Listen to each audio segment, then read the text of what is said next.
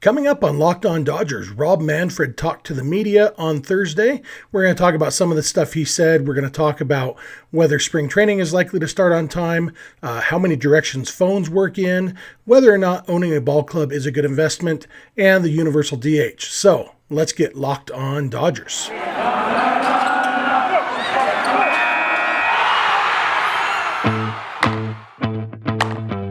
You are Locked On Dodgers, your daily Los Angeles Dodgers podcast. Part of the Locked On Podcast Network, your team every day.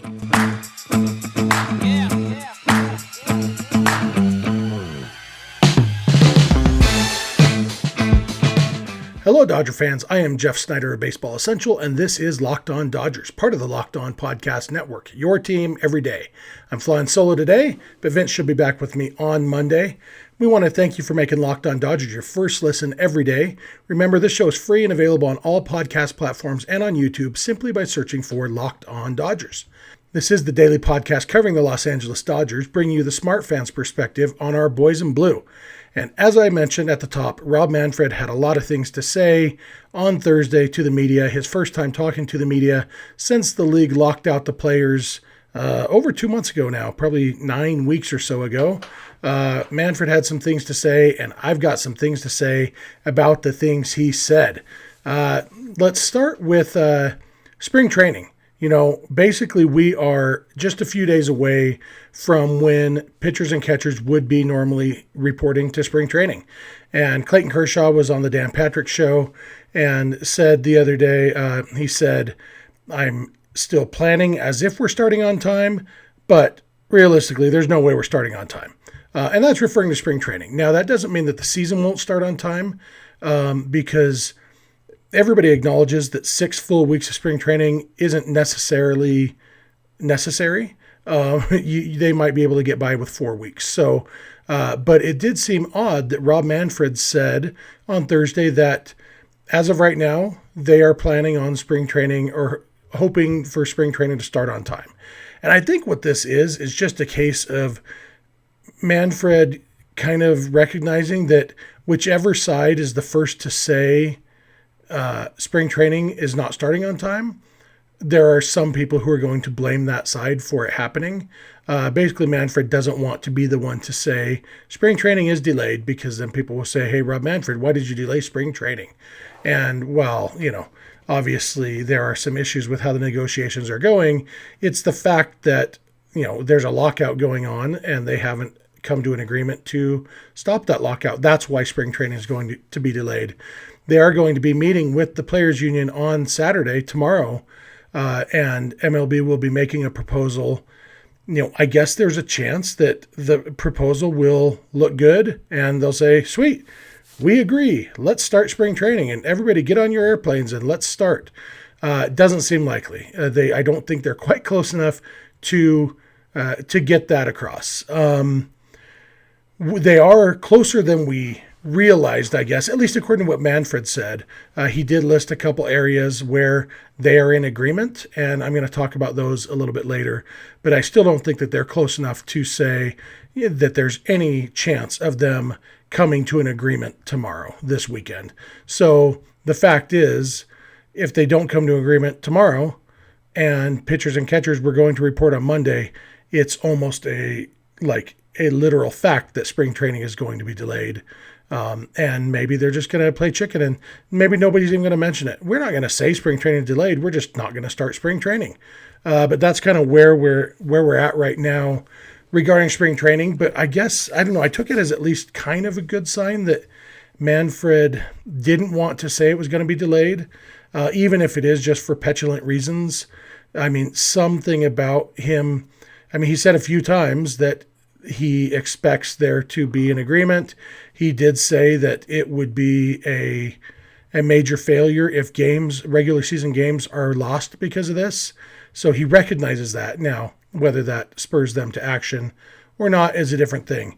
One other interesting comment that he made, somebody asked, why did you wait 42 days between when you locked the players out and when you first met with them? And he said, phones work both ways. And it's one of those things that's true.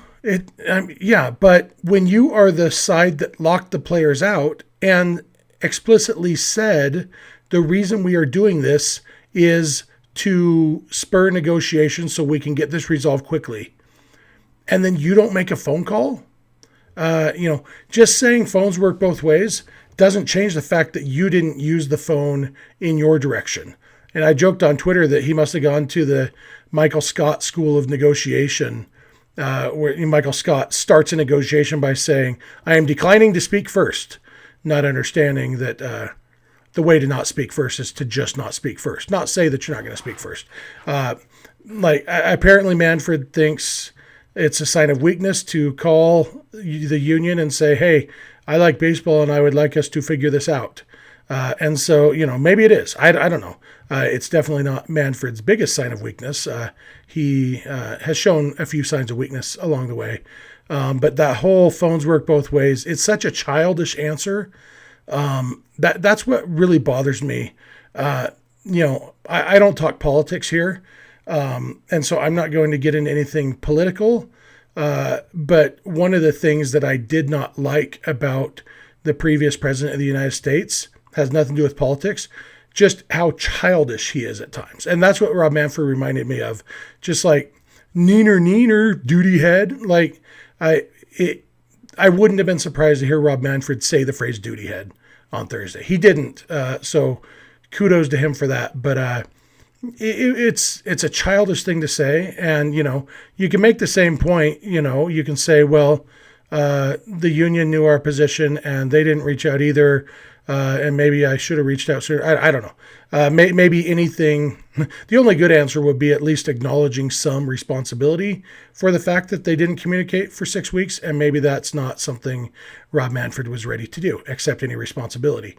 That would be in keeping with his personality and MO and all of those things. So it is what it is, I guess. But now we know how many directions phones work in. We know that no one's willing to admit yet that spring training won't start on time, even though it won't. So we're going to come back in a minute and talk about whether or not it's a good investment to own a baseball team. I've talked about this some before. Rob Manfred weighed in, and so I'm going to weigh in again in some different words. So thank you for making Locked On Dodgers your first listen every day, and please keep it Locked On Dodgers. This is the time of the year that most people have pretty much given up on all their New Year's resolutions, but hopefully, if your resolution was to eat better, you haven't given up on that yet, and hopefully you're using Built Bar to help you along, because Built Bar really helps, because it tastes like a candy bar, but it's healthy like a protein bar. In fact, healthier than any other protein bar, and tastes better. It's ridiculous. And they also make these things called puffs. They're basically little chocolate-covered marshmallow things that are full of protein, and they're delicious. And they're low-calorie, low-carb, just like a Built Bar. And, like everything Built Bar makes, it's covered in 100% real chocolate. It's ridiculous. They're so good, and they're perfect if you need a snack that isn't going to make you feel guilty, isn't going to throw you off on all your fitness goals, because all of them are low-calorie, low sugar, low carb, high protein, high fiber, everything you want, nothing you don't want. And at Built Bar, they're all about the taste. They make it taste delicious first, and then they figure out how to make it healthy. I don't know how they do it, but they do. It's ridiculous. So go to Built.com and use promo code LOCKED15, and you will get 15% off your order. That's promo code LOCKED15 for 15% off at Built.com. Hey, it's Super Week brought to you by Get Upside, and there's no better place to get coverage of the big game than on the Locked On NFL podcast. Also, Locked On Bengals and Locked On Rams are in LA all week covering the big game. All right, we are back. We're going to talk a little bit about some more stuff that Rob Manfred had to say. Specifically, I'm going to read this quote that he had to say about whether it's a good investment to own a baseball team. He said, "We actually hired an investment banker, a really good one actually, to look at that very issue. If you look at a purchase price of franchises, the cash that's put in during the period of ownership, and then what they sold for, historically, the return on those investments is below what you get in the stock market, which looks like the end of the stock market was a lot more risky." I don't know what that last part means. But basically, Rob Manfred is saying MLB owners would be better off putting their money in the stock market. Now, I know a good accountant can make numbers say anything, and there's probably a way to make this statement true or seem true. But whatever method that is, we'll probably just focus on sale price. Manfred talks about the cash that's put in during the period of ownership. Doesn't mention the cash they get out. And that's they make a lot of money along the way. Baseball owners, you look at every team is making money. That's the bottom line. And so, yeah, if you look at a team that sells, they bought for this much and they sold for this much. And if you look at it over the course of that time, that's only, whatever percent interest. And maybe you could find a way to make a case that you would have got a higher interest rate on the stock market. I don't even know if there's a way to make that true. But even if it is, that doesn't take into account the fact that they're making tens of millions of dollars every year, worst case scenario. It also doesn't mention the fringe benefits of owning a team, like prestige and fame. Nobody gets to hobnob with celebrities because they own 63 shares of Coca-Cola or Apple. You don't get that from the stock market. Owning a baseball team is a prestige position, and it is extremely lucrative. And also, as Evan Drellick pointed out in his article on The Athletic, this narrative also runs counter to what Manfred himself said about 18 months ago when Steve Cohen was buying the Mets. He said, "I think that the simplest way to understand it is that our teams get valued based on really fundamental economics related to supply and demand. There's 30 of them. Very constricted supply in a country where we're really lucky. Tremendous amounts of wealth have been generated in the last 2 decades, and as a result, there's a lot of demand. It's literally driven by the fact that we have been fortunate, knock on wood. We usually have multiple bidders for a franchise, and who's willing to pay the top dollar for it?" Now, what Rob Manfred said a year and a half ago in an accidental moment of honesty was that it is really good business to buy a baseball team because when you want to sell it, people will be lining up to buy it and pay you a crap load of money for it. That's what Rob Manfred said when he didn't realize people were listening, and so he accidentally was honest. So now, it's kind of funny that in this same press conference on Thursday, he dismissed all the player criticisms of him as tactical. So everything they're saying is tactical. Basically saying they're not being honest. They are saying things for the camera, basically, for public consumption. They're negotiating through social media, blah, blah, blah, blah. He used the word tactical. And yet here he is in this same press conference lying his tactical backside off about how lucrative it is to own a baseball team. Look, people who get rich enough to own baseball teams, they get that rich, at least in part, by being good with money. So if it was a better investment to put their money in the stock market, you know what they'd do? They'd put their money in the stock market. You know what they don't do? They don't put their money in the stock market. Instead, they buy baseball teams. Stock market is plan B. Plan A is buy a freaking baseball team because that is a cash cow. Everybody knows it. And every single person listening to Rob Manfred on Thursday looked at him and knew that he was lying. And now, I have a big problem with being lied to. It bothers me to be lied to. It's part of my, I don't talk politics. I'm going to talk politics again. One of my only political principle is I will not vote for someone if I know they have lied to me, which unfortunately rules out most politicians. It also rules out most attorneys. If you're an attorney, I'm sorry, I promise I believe that you're honest. I know there are good attorneys out there, but whatever it takes to, every organization needs a good attorney. But being a good attorney is not a qualification to run that organization. Rob Manfred's only qualification to be commissioner of baseball is that he's a good attorney. That's not a qualification. He should not be running baseball because he's not good at running baseball. And unfortunately, he is a part of the profession that a good chunk of I'm not going to say even the majority of attorneys, but there is a chunk of attorneys who their job is to lie in a way that can't be proven in a court of law to be a lie. That is what Rob Manfred is good at, or at least what he thinks he's good at. And maybe it can't be proven in a court of law, but in a court of public opinion, Every person listening to Rob Manfred on Thursday knows he was lying. They know he's being disingenuous at the very best. In the most charitable way of looking at this, Rob Manfred is being disingenuous. Because, like I said, he is contradicting himself. And, yeah, he thinks we're dumb. And you're not dumb, and I'm not dumb. And Rob Manfred thinks we're dumb. He thinks the players are dumb. They're more likely to be dumb than we are because, we went to college. A lot of players didn't. But there's a lot of smart players too. And they're not going to fall for this. So I don't understand why they are beating the drum about it not being profitable. Dick Montfort doing it a couple weeks ago in their negotiation meeting. Rob Manfred now. Why would you beat this drum that everybody knows is a lie and doesn't serve any purpose anyway?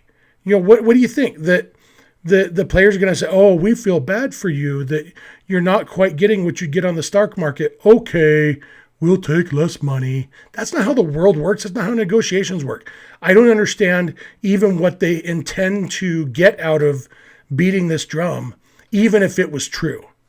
And the fact that it's not true just drives me crazy.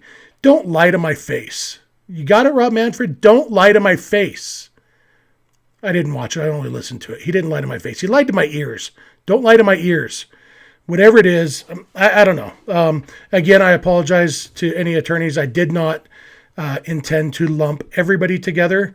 I'll tell you, my last company I used to work at, I was an executive in this company, and a new CEO came in whose only qualification was being a good attorney, and he was every bad thing. And so, I don't know. The fact that I dealt directly with a person who thought as long as his lie couldn't be proven to be a lie, it wasn't a lie.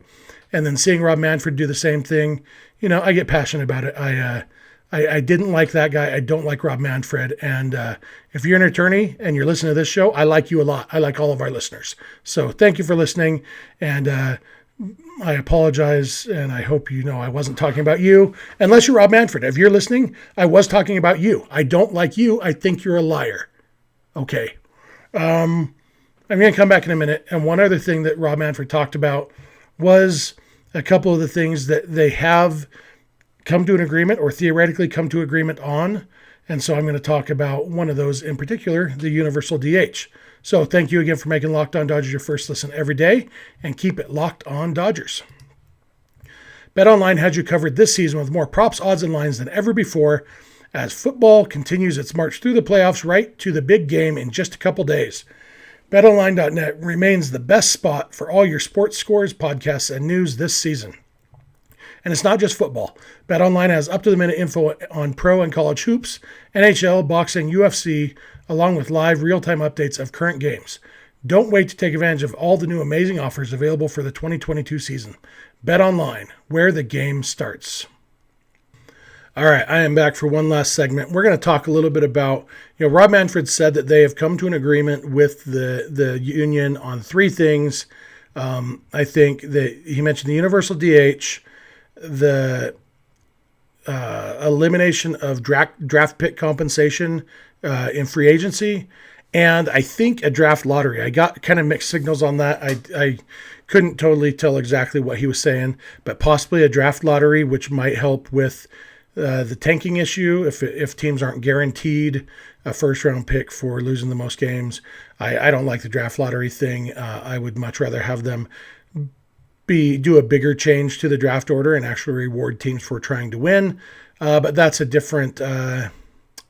I'm not going to talk about that today. I am going to talk about the universal DH. That one, there was a lot of passion about that. There's always a lot of passion when we're talking about the universal DH. There's kind of a sense among National League fans that National League Baseball is superior because we don't have the DH. Whether it's, people say that the strategy is better in the National League. Managers have to be better at their jobs. And, in a way I can see how that is. I don't really buy it. I think there is strategy. It's just different strategy, but not necessarily less strategy in the DH league. And for me, my big issue with the strategy thing is the strategy that there is in the National League is all about how to make the game worse, because the choices you're making are, okay, I have a pitcher who's pitching really well, but his spot is coming up in the lineup and it's a close game. Do I take this really good pitcher out of the game because he can't hit? And who would I hit for him with? I would hit for him with a guy who wasn't good enough to start the game. So he's a better hitter than the pitcher. He's not a great hitter. And I'm going to pinch hit with him, and I'm going to bring in a worse pitcher. Or am I going to let the really bad hitter hit so that the good pitcher can stay in the game? For me, like, that's not strategy that I'm interested in, because that is how do I make this game worse? What I want is for a pitcher to come out of the game when his pitching warrants it. If a pitcher is dealing through 7 innings, I don't want him coming out of the game because his spot in the lineup came up. Back in 2005, maybe, Roger Clemens, pitcher for the Astros, had a great season, but he had a ton of no decisions because he got pulled early from games because the games were close and he was pitching in the National League. And that drives me crazy. That was back when the Astros were in the National League. I don't like that. I want a pitcher to get pulled because his pitching says he shouldn't be pitching anymore. Not because his spot in the lineup came up. So even though I understand, I sympathize because I am a National League fan at heart. On a visceral level, I don't like the DH, but on a whatever level, intellectual level, and even now emotional, like, I don't like watching people do things they're bad at, especially if I paid money for it. If I go to a baseball game, I don't want to watch some crappy hitter swing and miss. I could go down to the Little League field and watch that for free. I want to watch people do things they are world class at. And pitchers hitting is not it. And the fact is, every pitcher is bad. Somebody on Twitter was telling me, doing the slippery slope argument, saying, well, if pitchers don't have to hit, well, what about catchers? If catchers are shortstops, and it's the argument you get all the time that eventually you're just going to have 9 defensive players and 9 offensive players. And my response to that is, the DH has been around for 50 years and we're just getting around to putting it in the other league. I don't think this slope is very slippery. I don't think we're in danger of saying, oh, yeah, and let's get rid of all the other guys who struggle at hitting too and let them have a DH too. Nobody is suggesting that. Nobody ever has, except as a straw man in this DH argument. And the fact is, it's a different type of bad. Like, even backup shortstops in the 80s who were only in the league because they were good defensively, they were all better hitters than every pitcher. That's just, the thing is, the skills that it takes to be a great pitcher are totally different than the skills it takes to be a great hitter. And it's very rare that they actually happen in the same person. There's growing up, being a good athlete will get you a long way. And so there's a lot of pitchers who were good hitters in high school or even in college. Less often in college, but sometimes. But the fact is, all of them eventually choose one or the other, because in order to be good enough at pitching in the major leagues or good enough at hitting in the major leagues to warrant being in the major leagues, it's a full-time job. And you cannot do 2 full-time jobs at once. And so, Babe Ruth started as a pitcher. When they realized he was a great hitter, they had him stop pitching because they knew he can't be great at both. Shohei Ohtani right now is great at hitting and good at pitching. I will be shocked if 4 years from now, Shohei Ohtani is still both hitting and pitching. He's either going to make a choice or his elbow is going to make the choice for him. And if I'm wrong about that, that brings the grand total of pitchers who were good hitters, people who were very good at pitching and very good at hitting, to 1. Shohei Ohtani would be the first. That Shohei Ohtani, we can all agree, is a freak. And so it's not realistic to say, well, who's a pitcher? Walker Buehler could be as good as Shohei Ohtani at hitting if he just put in the effort. Just a little go get him attitude. Come on, Walker, hit the batting cages. It's not going to happen. Walker Buehler is a great pitcher, and that skill set has nothing to do with hitting. He's a good athlete. He's a big, strong guy. Sometimes he gets a hold of one. He hit a home run against the Cardinals a couple of years ago. But he is never going to be a good hitter. Know why? Know how I know that? Because he's a world-class pitcher. And world-class pitchers are never good hitters. You want to know how many pitchers there have been in the live ball era, that's since 1920, in the National and American Leagues, pitchers who were good pitchers and at least average hitters, league average hitters? One, Wes Ferrell, the only one. Wes Ferrell had a 100 career OPS plus. That means he was exactly league average and he was a good pitcher. Wes Ferrell should be in the Hall of Fame. Instead, his brother is. His brother's not as good as him. Rick Ferrell was not as good as Wes Ferrell, but he made the Hall of Fame. Wes didn't. He is the only one. Every pitcher you're thinking of to argue with me right now is a bad hitter. Every single one of them. Or a bad pitcher. Micah Owings is the other pitcher who has been above average. There's only two pitchers who have been even average hitters. Wes Ferrell, Micah Owings. Micah Owings didn't last in the league because he was bad at pitching. Everybody else. Who do you want to say? Madison Bumgarner? Let's see. Madison Bumgarner. Career OPS plus 44. He is 56% worse than league average at hitting in his career. Who else you want to say? Jacob Degrom, right? Jacob Degrom's a great hitter. We've all seen it. Career OPS plus 35. He is 65% worse than league average.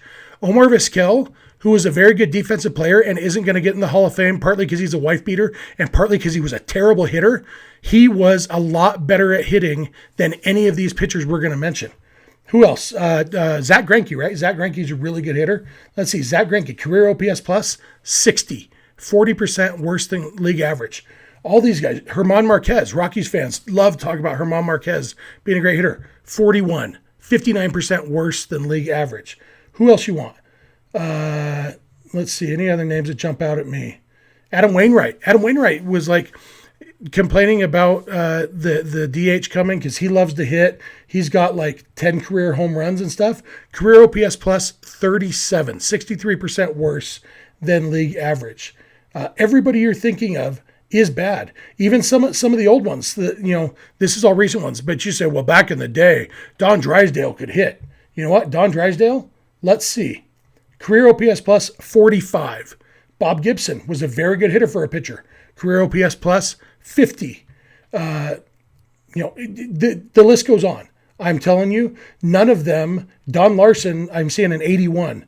That's like the highest I'm seeing here among any of these guys. They are. Tim Lawler had an 87 OPS plus. Guess what? Tim Lawler, you never heard of him because he couldn't pitch. That's the thing. Pitchers can't hit. Bottom line, and they will never be able to. You go back as far as you want to in baseball history, back when men were men and pitchers took pride in their hitting, they still sucked at hitting. It's never going to change because the skill sets are not the same. It's like saying, well, this guy should be able to make a good souffle because I watched him put a roof on a house. They're totally different skills. And the fact that they wear the same baseball uniform doesn't mean that they are similar at all. And so the DH is coming, and that's good. It's kind of surprising that they've agreed to it since both sides want it. And one thing we've learned in the last couple of years is that even things that both sides want, it's hard to get an agreement between the two sides. But they've apparently agreed on that, and that's a good thing. Partly because it's good for the Dodgers. We'll talk more probably next week about what this might mean for the Dodgers now that we do know that it's going to be coming. But we've talked about it some already because we've known for a while it's coming. It's been a foregone conclusion, but now it's at least semi-official, so we'll probably talk more about that. But yeah, that's my thoughts on the DH. Pitchers can't hit. They'll never be able to, so stop making them try. Oh, and the one last thing. People say that players should have to play both sides of the ball. How come everybody has to hit except the pitchers? Well, what I want to know is how come everybody has to pitch except the position players? How come Cody Bellinger doesn't have to pitch once in a while? What happened to well-rounded players? If he just apply himself, he could pitch. See, it sounds dumb going the other way, huh? Yeah, it does. All right, that's going to do it for today. We mentioned a couple days ago that we'll be having Keith Law on to talk about his Dodgers prospect list. That's going to happen next week. We still haven't locked down a time, but Keith did get back to me and told me this week he's pretty busy, gets a lot of demand around this time. And so we're going to get that to you next week sometime. Not sure which day yet, but you got that to look forward to. We'll make sure to let you know when that's happening. And beyond that, hopefully we'll have some news to report from this negotiation session that's happening tomorrow. Either way, Vince and I will be here with you on Monday to talk about it. I guess it might just be me, since the big game, whose name I'm not allowed to say, is happening on Sunday. And Vince is more likely than me to be in a state that is not conducive to podcasting after that game. We'll see. But one or both of us will be here on Monday to talk about whatever there is to talk about. So thank you for making Locked On Dodgers your first listen every day. We truly appreciate it. And I hope for your next listen, your second listen today, you will check out Locked On Bets, your daily one-stop shop for all your gambling needs. Locked On Bets, hosted by your boy Q, with expert analysis and insight from Lee Sterling. It's free and available wherever you get podcasts. If you're not listening to or watching Locked On Dodgers every day, we would love if you would add 1 or 2 days a month to your rotation. If you have friends or family who you think might like the show, please tell them about it. We would love for you to share it on social media. We love seeing tweets about the show. We're not great at publicizing ourselves, but we are really good at hit and retweet. If there's something, if you want to tweet out a quote from an episode and tag us in it, we will retweet the heck out of that. We would love to have you help us publicize this show. We think we put on a good show for you guys, and we hope you enjoy it and hope that other people will too. You can follow us on Instagram and Twitter at Locked On Dodgers. Vince is on Twitter at Vince Samperio. I'm on Twitter at Snidog, and the DMs are open in all of those places.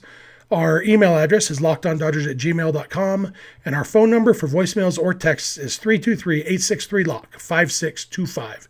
We are here every weekday morning, and we hope you'll be here with us. When you get in your car or sit on your couch, tell your smart device to play podcast Locked On Dodgers. And remember, you don't have to agree, you just have to listen. We'll talk to you on Monday.